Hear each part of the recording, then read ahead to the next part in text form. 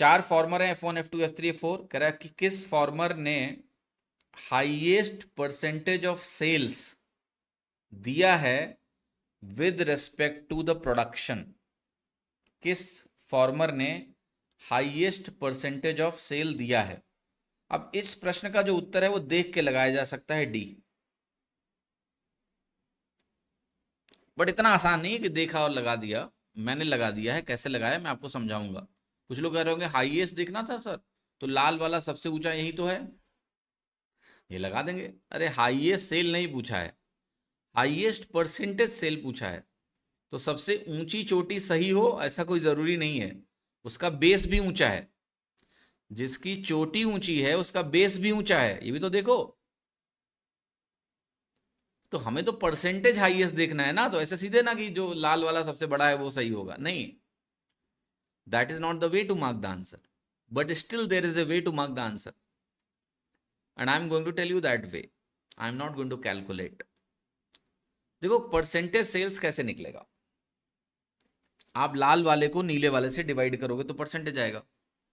तो इफेक्टिवली आपको करना है 410 को 520 से डिवाइड, फिर मुझे करना है 500 को 660 से डिवाइड, फिर मुझे करना है 430 को 550 से डिवाइड, फिर मुझे करना है 620 को 720 से डिवाइड।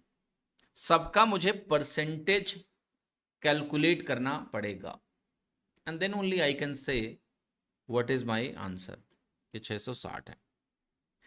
सो समय इस प्रोसेस में तो देखो जाएगा, but I have another way to tell you how to get the answer, जैसे मैंने बताया आपको। आप एक काम करो, देखो ये जो बेस है ये सबका बेस है रेस्पेक्टिव, यस। इस बेस को मैं बोल सकता हूं 100%।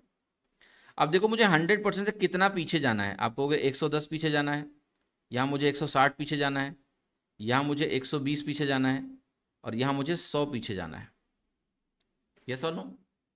यस।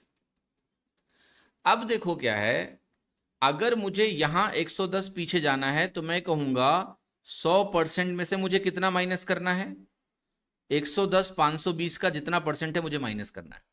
अब मजेदार बात क्या है कि जिसका बेस बड़ा है, राइट, आप एक वैल्यू सोचना 100, जैसे ये वैल्यू 100 है, 100 को सोचो, 100 720 के बेस में कम परसेंटेज होगा कंपेयर टू 100 520 के बेस पे ज्यादा परसेंटेज होगा।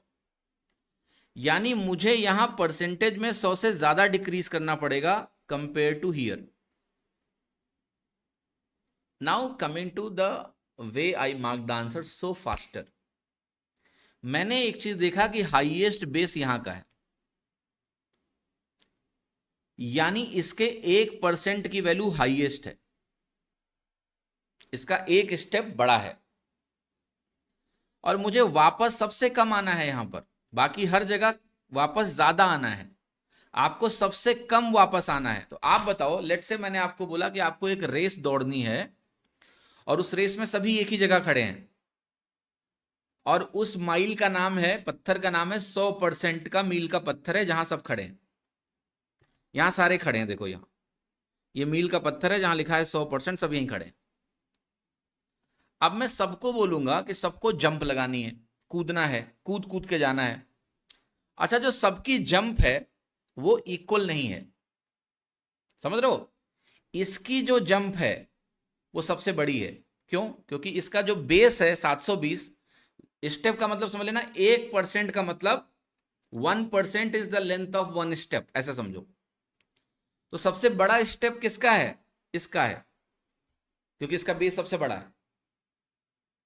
अब जब जंप ये लोग लगाएंगे तो वापस इसको मान लिया 100 चलना है, इसको 120 चलना है, इसको 160 चलना है, इसको 110 चलना है।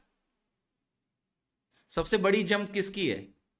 720 वाले की, और सबसे कम भी उसी को चलना है। तो परसेंटेज के टर्म में क्या उसकी नंबर ऑफ जंप्स सबसे कम होंगी?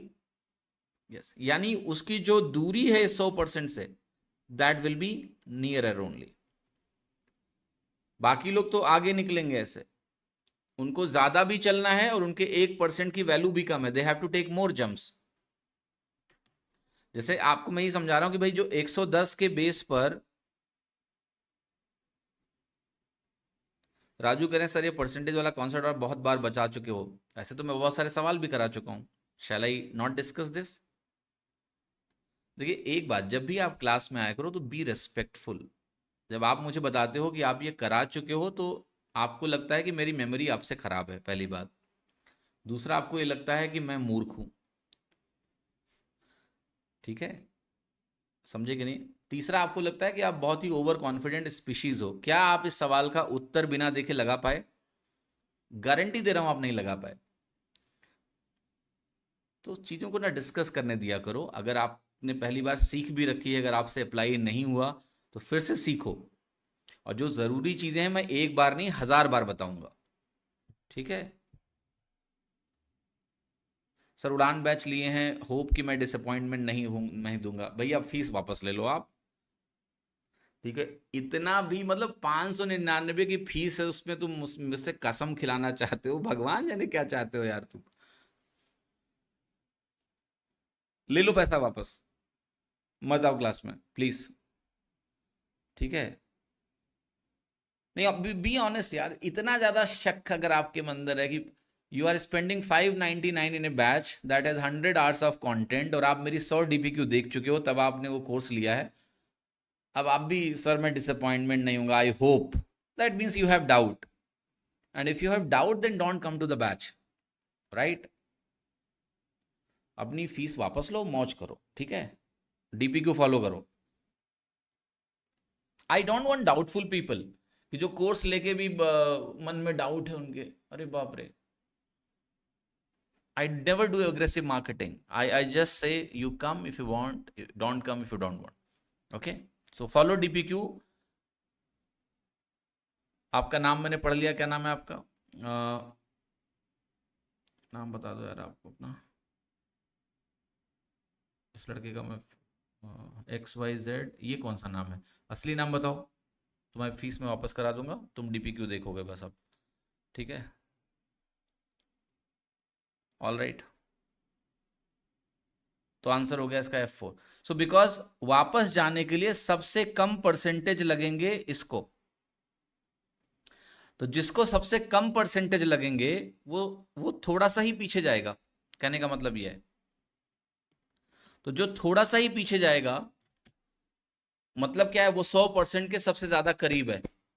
The answer is F4। इसमें किसी को डाउट है तो फिर से पूछ लो, बिकॉज ये बहुत काम की चीज है। अगर आप इसको सीख जाओगे तो ये सवाल आप ओरली करके आओगे एग्जाम में। तो मैंने क्या बोला कि मैं 100% से शुरू कर रहा हूं सबका, और सबको, किसी को 100 वापस जाना है, किसी को 120 वापस जाना है, किसी को 160 वापस जाना है, किसी को 110 वापस जाना है। लेकिन वापस हम परसेंटेज की रोड पे वापस जा रहे हैं।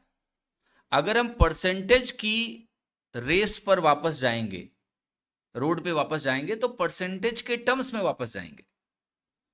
तो 100 यूनिट 720 के बेस पर कम परसेंटेज है कंपेयर टू 120 550 पे। बेस छोटा होता है तो परसेंटेज रिक्वायर्ड ज्यादा हो जाता है सेम डेटा के लिए। So what I M simply saying कि जितनी भी वैल्यू तुमको दिख रही है सब 100 से बड़ी हैं, और उनके स्टेप्स भी छोटे हैं, मतलब उनको ज्यादा परसेंटेज लगेगा उतना चलने के लिए। तो मैं कह रहा हूं ये 100% से सारे लोग चल रहे हैं, इस वाले को सबसे कम वापस जाना पड़ेगा। 100 यूनिट वापस जाना है।